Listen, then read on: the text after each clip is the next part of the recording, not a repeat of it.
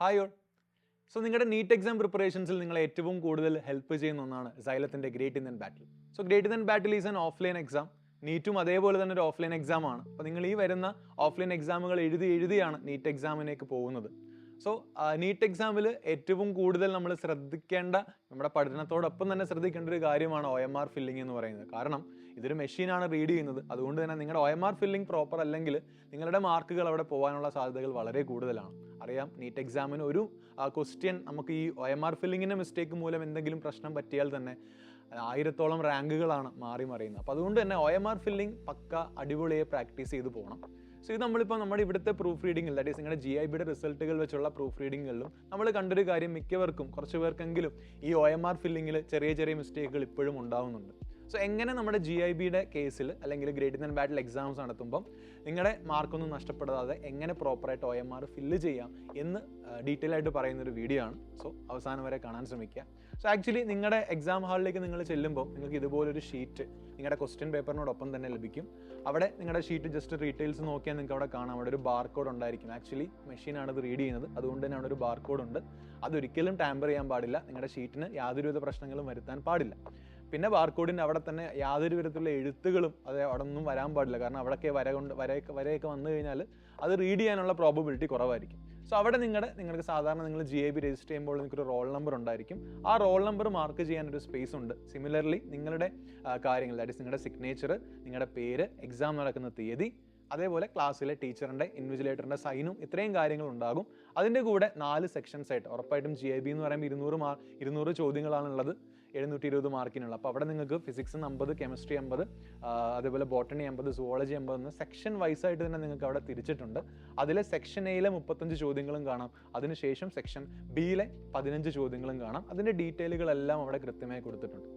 So first of all ചെയ്യേണ്ട കാര്യം, നമുക്കറിയാം, നമ്മളിപ്പോൾ നിങ്ങളുടെ എക്സാം ഹാളിൽ ടീച്ചർ, ഇൻവിജിലേറ്റർ അല്ലെങ്കിൽ ഈ ഒരു സെറ്റ് ഓഫ് OMR നിങ്ങളുടെ കയ്യിൽ തന്നു കഴിഞ്ഞാൽ ഫസ്റ്റ് നിങ്ങൾ റോൾ നമ്പർ തന്നെ ഫില്ല് ചെയ്യണം. അപ്പോൾ ആദ്യമേ നിങ്ങളുടെ റോൾ നമ്പർ, ഇപ്പോൾ ഫോർ എക്സാമ്പിൾ തന്നെ റോൾ നമ്പർ 1 2 3 4 5 6 7 8 9 10 അല്ലെങ്കിൽ 0. അപ്പോൾ ഈ ഒരു ഓർഡറിൽ ഞാൻ എൻ്റെ റോൾ നമ്പറിൻ്റെ നമ്പേഴ്സ് എഴുതി ആ കാണുന്ന ബോക്സിൽ. അതേപോലെ തന്നെ ഇതിന് എന്ത് ചെയ്യണം, അതിന് കറസ്പോണ്ടിങ് ആയിട്ടുള്ള ഫില്ലിംഗ് നടത്തണം. അപ്പോൾ 1 ആണെങ്കിൽ 1ന് കറസ്പോണ്ടിങ് ആയിട്ടുള്ള ബബിളിൽ വേണം ഞാൻ ഇവിടെ ഫില്ലിംഗ് നടത്താൻ. ആ ഫില്ലിംഗ് നടത്തുമ്പോൾ ഏറ്റവും ശ്രദ്ധിക്കേണ്ട കാര്യമായി ഒരു പ്രോപ്പർ ഒരു ബോൾ പോയിന്റ് പെൻ കൊണ്ട് തന്നെ ഫില്ല് ചെയ്യാൻ ശ്രമിക്കുക. അതേപോലെ തന്നെ ഫില്ല് ചെയ്യുന്ന സമയത്ത് ഇത് പുറത്തേക്ക്, ഔട്ട്സൈഡ് ദ ബോക്സ് ഒരിക്കലും, അല്ലെങ്കിൽ ഔട്ട്സൈഡ് ദ സർക്കിൾ അതിലേക്ക് പോവാതിരിക്കാൻ ശ്രദ്ധിക്കേണ്ട ഒരു കാര്യമാണ്. അപ്പോൾ അങ്ങനെ 1 2 3 അതിൻ്റെ റോൾ നമ്പേഴ്സ് മൊത്തം ഞാൻ എന്ത് ചെയ്യണം, അവിടെ ഫില്ല് ചെയ്യണം. സോ 1 2 3 4 5 6 7, അതായത് എൻ്റെ റോൾ നമ്പർ ഞാൻ മാർക്ക് ചെയ്യുന്നു. ഇതിൻ്റെ കറക്റ്റ് ബബിളിംഗ് നടത്തിയതിന് ശേഷം നേരെ താഴെ ബുക്ക്ലെറ്റ് കോഡാണ്, എക്സാം ബുക്ക്ലെറ്റ് കോഡ് എന്ന് പറയും. നിങ്ങളുടെ ക്വസ്റ്റ്യൻ പേപ്പറിൽ നിങ്ങൾക്ക് ABCD എന്ന് പറഞ്ഞൊരു ഇതുണ്ടാകും. അതിൽ ഏതാണോ തന്നിരിക്കുന്നത് അത് പ്രോപ്പറായിട്ട് വ്യക്തമായി മാർക്ക് ചെയ്യണം. വളരെ പ്രധാനപ്പെട്ട സ്റ്റെപ്പാണ്. സോ എക്സാം കോഡ് ഞാനിവിടെ B ആണ്. സോ ഞാനിവിടെ B മാർക്ക് ചെയ്യുന്നു. പിന്നെ പറഞ്ഞിട്ടുള്ള കാര്യങ്ങൾ, that is candidate name in running hand writing എന്നാണ്. അപ്പോൾ അതുകൊണ്ട് ഞാൻ എൻ്റെ പേര് എഴുതുകയാണ്, അനന്തു. എൻ്റെ പേര് ഞാൻ കൊടുത്തു. അതേപോലെ എക്സാം നടക്കുന്ന ഡേറ്റ് ഞാൻ കൊടുത്തു. യെസ്. പിന്നെ നമ്മൾ ആ ഡിക്ലറേഷൻ പറഞ്ഞ പോലെ നിങ്ങൾ ഈ പറഞ്ഞ കാര്യങ്ങളെല്ലാം ശരിയാണ്. അതുകൊണ്ട് നിങ്ങളുടെ സിഗ്നേച്ചർ അവിടെ ചോദിച്ചിട്ടുണ്ട്, സിഗ്നേച്ചർ ഓഫ് കാൻഡിഡേറ്റ് ഉണ്ട്. സോ കാൻഡിഡേറ്റ് സിഗ്നേച്ചർ നമ്മൾ അവിടെ കാണിക്കണം. അതുപോലെ തന്നെ ഇൻവിജിലേറ്റർ സൈൻ ഇട്ടില്ലെങ്കിൽ ടീച്ചറിനെ ഓർമ്മിപ്പിക്കണം, സാർ ഇവിടെ സൈൻ ഇടാനുണ്ട് എന്നുള്ള കാര്യം അവിടെ പറയണം. ഇൻവിജിലേറ്ററിന് സൈൻ ഇടാനുള്ളൊരു സ്പേസും അവിടെ കൊടുത്തിട്ടുണ്ട്. സോ അതിനുശേഷം നിങ്ങളുടെ ക്വസ്റ്റ്യൻ പേപ്പർ നിങ്ങൾ ഓപ്പൺ ആക്കേണ്ട സമയമാണ് 2 മണിക്ക്. അതിൻ്റെ കൂടെ നിങ്ങൾ OMR ഫില്ലിങ്ങും സ്റ്റാർട്ട് ചെയ്യണം. സോ OMR ഫില്ലിങ്ങിൻ്റെ സമയത്ത് നിങ്ങൾക്കറിയാം, നിങ്ങൾ നീറ്റ് എക്സാമിൽ ഒരു MCQ ആണ്. MCQ എന്ന് പറയുമ്പോൾ ഷുവറായിട്ടും ഒരു ക്വസ്റ്റ്യൻ മാത്രമേ, സിംഗിൾ ചോയ്സ് കറക്റ്റ് ആൻസേഴ്സ് എന്നാണ് ശരിക്കും നീറ്റിൻ്റെ MCQs നമ്മൾ ഡിഫൈൻ ചെയ്യാം. ഏതൊക്കെ ഒന്നിൽ കൂടുതൽ ഓപ്ഷൻസ് നിങ്ങൾക്ക് ചിലപ്പോഴൊക്കെ ഒന്നും ശരിയാണ് 2ഉം ശരിയാണെന്നൊക്കെ ഫീൽ ചെയ്താൽ പോലും ഒരു ക്വസ്റ്റിനെ എന്തായാലും എന്ത് ചെയ്യത്തുള്ളൂ, ആ ഓപ്ഷൻസിൽ ഏതെങ്കിലും ഒന്നേ കറക്റ്റ് ആൻസർ ആയിട്ട് വരത്തുള്ളൂ. സോ അതുകൊണ്ട് ദാറ്റ് ഈസ് 1 2 3 4 എന്ന ഓപ്ഷൻസ് ഉണ്ടെങ്കിൽ അതിൽ ഒരെണ്ണമേ മാർക്ക് ചെയ്യാൻ പാടുള്ളൂ. ഒന്നിൽ കൂടുതൽ മാർക്ക് ചെയ്താൽ അവിടെ ആ ക്വസ്റ്റ്യൻ മൊത്തത്തിൽ നിങ്ങളുടെ റീഡിങ്ങിൽ വരാതിരിക്കും, അത് ക്യാൻസലായി പോകും. സോ മാർക്കിംഗ് എന്ന് പറയുമ്പോഴും ഇതേപോലെ, ഇപ്പോൾ എൻ്റെ ഫിസിക്സിലെ ഫസ്റ്റ് ക്വസ്റ്റ്യൻ്റെ ആൻസർ ഓപ്ഷൻ 1 ആണെങ്കിൽ ഞാൻ ഓപ്ഷൻ 1 മാത്രം പെർഫെക്റ്റ്ലി എന്ത് ചെയ്യാൻ ശ്രമിക്കുക, മാർക്ക് ചെയ്യാൻ ശ്രമിക്കുക. അത് മാത്രം റീഡ് ചെയ്യുന്ന രീതിയിൽ എന്ത് ചെയ്യുക, OMR ഫില്ല് ചെയ്യുക. അതിന് പകരം ഇപ്പോൾ സെക്കൻഡ് ക്വസ്റ്റ്യൻ ആണ്, എനിക്ക് 2 ഓപ്ഷൻസ് ശരിയായിട്ട് തോന്നി, അതുടനെ കയറി ഞാൻ 3ഉം മാർക്ക് ചെയ്തു, അതേപോലെ തന്നെ 4ഉം മാർക്ക് ചെയ്യുമെന്ന് വിചാരിക്കുക, ആ ക്വസ്റ്റ്യൻ മൊത്തത്തിൽ എന്ത് ചെയ്യപ്പെടും, ക്യാൻസൽ ചെയ്യപ്പെടും.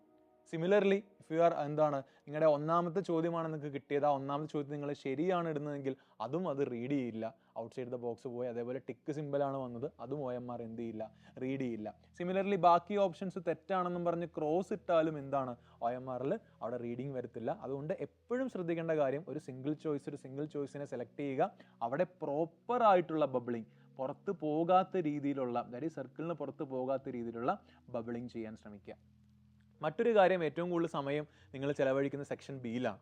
സെക്ഷൻ ബിയിൽ എന്ത് ചെയ്യുന്നു വെച്ചാൽ 36 തൊട്ട് 50 വരെയുള്ള എല്ലാ ചോദ്യങ്ങളും ചിലർ എഴുതും, 15 ചോദ്യങ്ങളും. അതിലൊരു കാര്യവുമില്ല. കാരണം എന്ന് വെച്ചാൽ 36 തൊട്ട് 50 ഉള്ള ചോദ്യങ്ങളിൽ ആദ്യത്തെ 10 ചോദ്യങ്ങൾക്ക് മാത്രമേ നിങ്ങൾക്ക് എന്ത് ചെയ്യത്തുള്ളൂ, അവിടെ റിവാർഡിങ് കിട്ടത്തുള്ളൂ. അതാണ് നീറ്റ് എക്സാമിൻ്റെ ഏറ്റവും പ്രധാനപ്പെട്ട പാറ്റേൺ. അതുകൊണ്ട് എക്സ്ട്രാ ചോദ്യം എഴുതിയെന്ന് വെച്ചാൽ നിങ്ങൾക്ക് അതിൽ യാതൊരുവിധ റിവാർഡും കിട്ടില്ല. അതുകൊണ്ട് അതിനു വേണ്ടി നിങ്ങൾ സമയം കളയാതിരിക്കുക. ബെസ്റ്റ് ഓഫ് ദ 10 എന്നൊന്നും അവർ റീഡ് ചെയ്യത്തില്ല, ഫസ്റ്റ് 10 ആണ് റീഡ് ചെയ്യുക. അപ്പോൾ അതുകൊണ്ട് അത്രയും ശ്രദ്ധയോടെ വേണം ബാക്കിയുള്ള കാര്യങ്ങൾ മാർക്ക് ചെയ്യാൻ. സോ OMR ഫില്ലിംഗ് എന്ന് പറയുന്നത് ഈ പറഞ്ഞ പോലെ നിങ്ങളെ സംബന്ധിച്ചിടത്തോളം വളരെ പ്രധാനപ്പെട്ട കാര്യമാണ്, നിങ്ങളുടെ കാൻഡിഡേച്ചറിനെ തന്നെ ബാധിക്കാവുന്ന കാര്യമാണ്. അത് നമ്മൾ ഈ GIBസിൻ്റെ കൂടെ തന്നെ പഠിച്ച് ഒന്ന് പ്രോപ്പറായിട്ടൊന്ന് ഫില്ല് ചെയ്താൽ നിങ്ങൾക്ക് നിങ്ങളുടെ നീറ്റ് എക്സാമിലേക്ക് വരുമ്പോൾ, നീറ്റ് എക്സാം എന്ന് പറയുമ്പോൾ OMR എന്ന് നമുക്ക് അത്രയും അറ്റ്മോസ്റ്റ് പ്രയോറിറ്റി ഉള്ളൊരു വസ്തുവാണ്. നിങ്ങളുടെ റിസൾട്ട് വരുമ്പോൾ അവിടെ നിങ്ങളുടെ അപ്ലോഡിങ് അല്ലെങ്കിൽ നിങ്ങളുടെ കാൻഡിഡേറ്റ് പോർട്ടലിൽ തന്നെ വരുന്ന ഒരു സംഭവമാണ് ശരിക്കും OMR എന്ന് പറയുന്നത്. നിങ്ങൾ മാർക്ക് ചെയ്ത കാര്യങ്ങളൊക്കെ നിങ്ങൾക്ക് അവിടെ കാണാനും സാധിക്കും. അപ്പോൾ ആ OMR ഫില്ലിങ്ങിന് വേണ്ടിയുള്ള പ്രാക്ടീസ് നമ്മൾ ഓരോ GIBസിലും പെർഫെക്റ്റ് ആയിട്ട് തന്നെ ചെയ്തുകൊണ്ടിരിക്കുക. സോ ഈ പറഞ്ഞ പോയിന്റുകളെല്ലാം നിങ്ങൾ ശ്രദ്ധിച്ച് ചെയ്യാൻ ശ്രമിക്കുക. ഈ വരുന്ന GIB എല്ലാവരും നല്ല വൃത്തിയായി പഠിക്കുന്നുണ്ടെന്ന് വിശ്വസിക്കുന്നു. സോ എല്ലാവർക്കും ഓൾ ദ വെരി ബെസ്റ്റ്. അടിപൊളിയായി പെർഫോം ചെയ്യുക, ടോപ്പ് റാങ്കിലെത്താൻ ആശംസിക്കുന്നു.